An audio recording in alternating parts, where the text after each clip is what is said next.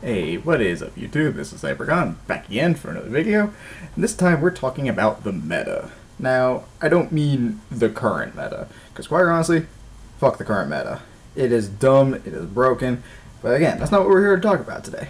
We're here to talk about all the meta that has ever been and ever will be. Okay, really just the meta that has ever been, but that's not the point. What we're here to talk about is my personal top 5 favorite meta decks. Why top 5? Well, truthfully, I only recently got back into Yu-Gi-Oh! Back in 2011. So, I'm only really 4 years into competitive Yu-Gi-Oh! I'm still fairly casual in terms of how I play, but I have had some experience with the meta. I've made a couple of meta decks myself, and ultimately that's what we're here to talk about this time, is the top 5 meta decks that I personally enjoy the most. Whether they're fun to play, they're interesting, yada yada yada, whatever it is, let's get started. Number 5.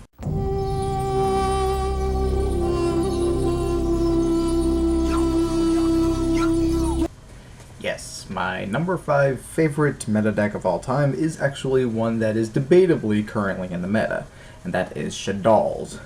Now, the reason that I enjoy Shaddolls so much is not necessarily because they're good, but because they have a lot of room for creativity, and you're not really limited to just one build. That's, for me, is the real problem with most meta decks, is that you really have just one build of it that you can go off of, and there's not really a whole lot of room for being inventive with it. But with Shaddolls, because all of their fusions are several different attributes, and they require one monster of that attribute, it does require that you think outside the box a little bit. Now, admittedly, you could just use Shaddol Core, but at the same time, my current Shaddol build is actually uses light and earth monsters. I call it my STD deck. I've made a profile of it if you guys want to check that out. It's actually pretty good. But it just leaves some interesting ideas open. Since we lost Super Poly, we kind of have to think a little bit outside of the box if we do want to use Shaddolls in an inventive way.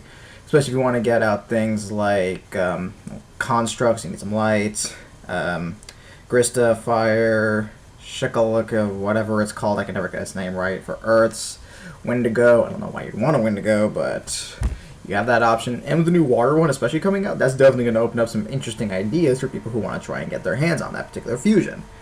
Now, the current meta build for it with the Star Seraphs, I can't stand, because that to me is too much like... When I think Star Seraphs, I think Satellar Knights, and I cannot stand Satellar Knights. They're just too bland for me. I really don't like decks that don't have a whole lot of user input on them, where it's kind of like you have to do it this way. And that's kind of what I like about Shaddolls, but that's pretty much all I got to say on it. Number 4.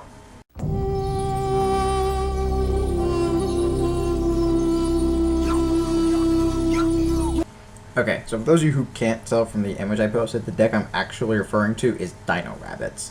Now, Dino Rabbit wasn't a thing for very long, and the premise of it is that it's a bunch of normal level 4 dinosaur type monsters and 3 copies of Rescue Rabbit. Obviously it's no longer a thing anymore since Rescue Rabbit's at 1, but back in the day the idea was that you wanted to use Rescue Rabbit to get out 2 dinosaurs level 4 and overlay them into the Evolzars. The Evolzars, if you don't know them, are, in my opinion, some of the most powerful Xyz monsters in the game. They are level 4 dragons that require, rank 4 dragons that require 2 level 4 dinosaurs in order to make them. The 2 main ones that were used were Evolzar Dalka, who can negate monster effects by detaching, and Evolzar Logia, who is essentially a solemn judgment for detaching 2. So it was a one-time deal, but it made a huge difference. There's been a lot of decks that have been trying to make these things with some degree of efficiency. There's obviously the Evols, where they come from, which have never really been that great. Even with the new trap card Evo Singularity, they're still okay, but not really that good. And then there was Jurax. I've personally messed with the Jurax build a little bit myself. I kind of like them, but their battle reliance does make it not exactly the most efficient deck ever to make the Evolzars. But then Dino Rabbit just could do it, and pretty efficiently too. It's truthfully the only deck I can think of that's ever been able to so consistently make the Evolzars. and for such good monsters, I think that's pretty cool. Honestly, I'd like to see Dino Rabbit come back up a little bit off the ban list, just so we can maybe see some Dino Rabbits come back. I'm not thinking it's going to be a very, widely played deck anymore, just with all the new cards that are just so much better, much stronger meta, if you will. But, I don't know, I just really like them. I think they're vastly underrated in terms of their power, and they're just kind of cool. But, enough on that. Moving on to number 3.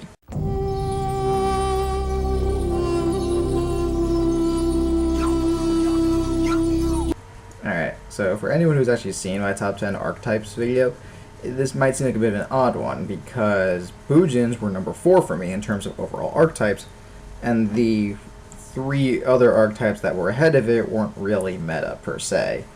So it might seem odd that it's only about halfway on this list. But the reason for that is that when Boojins did come out, that they kind of fell into the same trap that a lot of meta decks did, and that there wasn't a whole lot of variety in the build. I mean, there was a decent enough amount. You had to pick which Boojin support cards you wanted, like the Boojingis, I think that's what they're called. And that was interesting enough, but the problem is that all the builds were essentially the same one, the Kaiser build. And I cannot stand the Kaiser build. It's so stupid. I mean, it was okay back then, I guess. Actually, no, it wasn't even okay back then. It was still dumb. The idea behind the Kaiser build is that since you're going to be basically focusing on your Yamato the entire time, and only occasionally going into Susanoo, and even then you'll just be sitting on Susanoo, is that you just shut down your opponent from making these big plays by having Kaiser Coliseum, which makes it so your opponent can't control any more monsters than you do, so long as you control at least one. So you're basically limiting your opponent to only one monster, and you can sit on your Yamato forever, as long as you just keep setting up. Your opponent will likely not have the same scenario set up for them. So it was just kind of frustrating really to have to deal with that. And don't get me wrong, I tried to jump on that bandwagon too. But it still felt kind of hollow even when I did win with it. I really prefer the current Boojin builds where it's more aggro, faster. It's more built not really around stunning your opponent so much as just destroying them. And that to me is a lot more enjoyable out of a deck, where it's not so much just giving them the middle finger, but just trying to outclass them. And Boojins can do that. Back then, there wasn't really much of a choice, so it was kind of, not much you could do about it. Now, there's plenty of Boojin cards you can do to make the deck aggro. There's plenty you can do to speed it up. The Kaiser build is no longer acceptable. It's just not, so I don't like it for what it was. I like it rather for what it is and the potential that it's always had. There's still not a whole lot of variety with it, I'll admit, but it's still a fun deck to play. So, with that, moving on, number 2.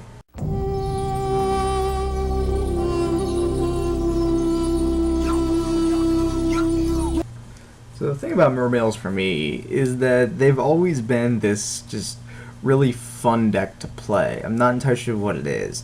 Maybe it's just because they're so versatile with the moves that they can do. Maybe it's because there's a quote-unquote variety of builds you can make with them. I realize there's not that much you can do with them. That's outside the norm. But there is still some interesting moves that you can do with it. Just trying to set up your discard fodder as best you can, getting those ratios just right, and then being able to do all the moves is, I don't know, I just always really like Mermails. I don't really have a set rhyme or reason for it. This is another one of the decks I played. Truthfully, the only deck on this list I have not played was Dino Rabbits, but I still wouldn't mind trying that. But with the Mermails, I don't know, it took me a while to actually finish them, so I guess it just felt more gratifying when I finally could do it. I can't really think of a defined reason why I could. Maybe it's just because it's still one of the best decks to do rank 7 plays with. Maybe it's just because it was, I don't know, good with searching. There's a lot of stuff it could do. It was pretty diverse.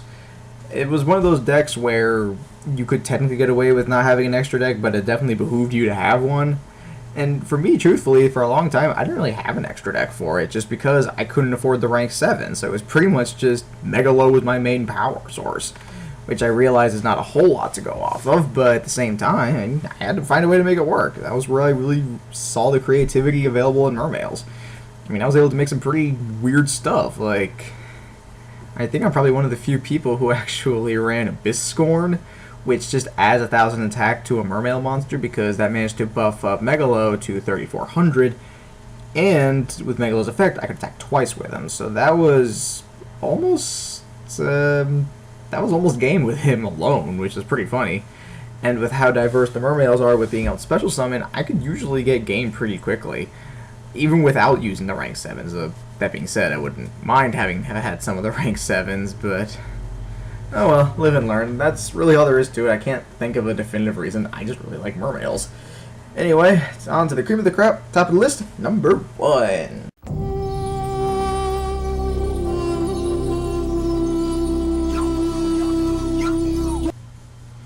Go ahead, say what you will. I really don't even care. I love Infernities. I have for a long time, and I always will. I really don't care how hated this deck is. Honestly, I don't see why it is still hated. It's not like it's back in its heyday. Though back in its heyday, when it was considered meta, oh my god, that deck was stupid.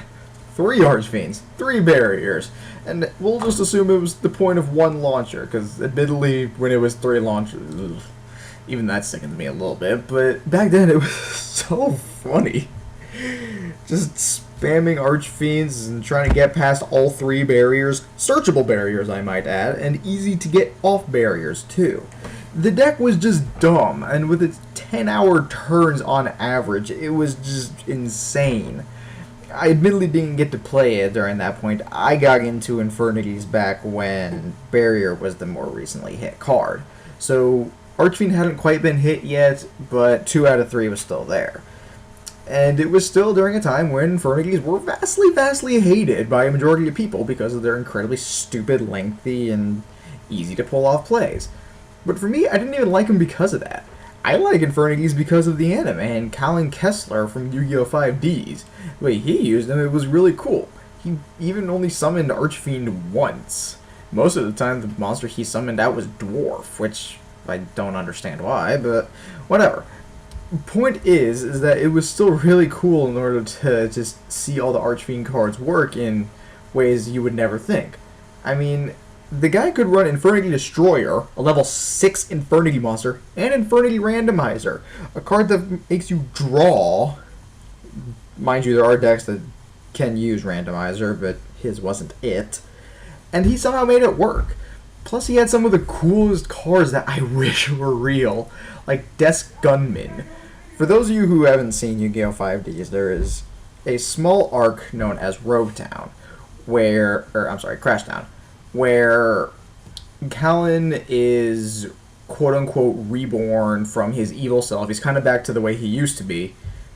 And there is this one card he uses in the final duel called Infernity Desk Gunman. And it's not even what he does. I could care less about what the card does. I think it's like you can reveal the top card of your deck, and if it's a monster, then you burn your opponent for such and such amount of damage, maybe 800, I don't know.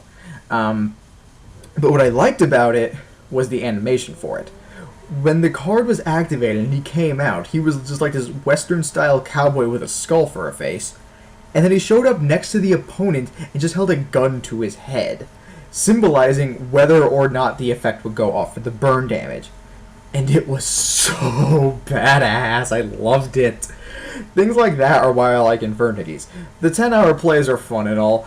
The vast amount of hate is well deserved. But for me, Infernities are more than that. It's not just a deck with ridiculous plays and the legacy of hatred. It's a deck with fun combos, hilariously funny moves that are just amazing to watch from the anime. It's a fun deck. I don't like it for the reasons why it's hated. I like it for the reasons that people don't even know about. Call me a hipster if you will. I'll resent the statement forever, but I can't deny it in this particular instance. And that's just why I like them. Infernities are my favorite meta deck. And the weird thing about this list, most of the reasons I like them aren't even why they were meta. I actually kind of like most of them for different reasons, or I like them more when they weren't meta. I don't know, it's just the decks kind of stood out to me more after their heyday when people had to kind of think about how to evolve them to keep up with the new meta. Like, for instance, Mermails are definitely not the same as they used to be. Now they tend to run Mass Change 2 so they can go into Acid and take care of back row. Or, let's say, Shadalls, which, again, have evolved into a meta I'm not necessarily fond of, but at the same time, it's still evolving. A lot of these decks have, except for Dino Rabbit, which has kind of gone off the face of the earth because Rescue Rabbit's at 1. But even then, if Rescue Rabbit did come back, I'm sure we'd maybe see a couple people try Dino Rabbits again, and that'd be kind of fun. That's what I like about meta after it's become meta, is that it leaves room for improvement. It allows you to grow and the deck to evolve with time in order to try and still become relevant. Will it ever be as relevant as the current meta? No, of course not, because the current meta is what's good. And so, yeah, not really a whole lot I can say after it. That's my top 5 list. Let me know what you guys think down below in the comments. Of course, don't forget to also like and subscribe. And until next time, peace.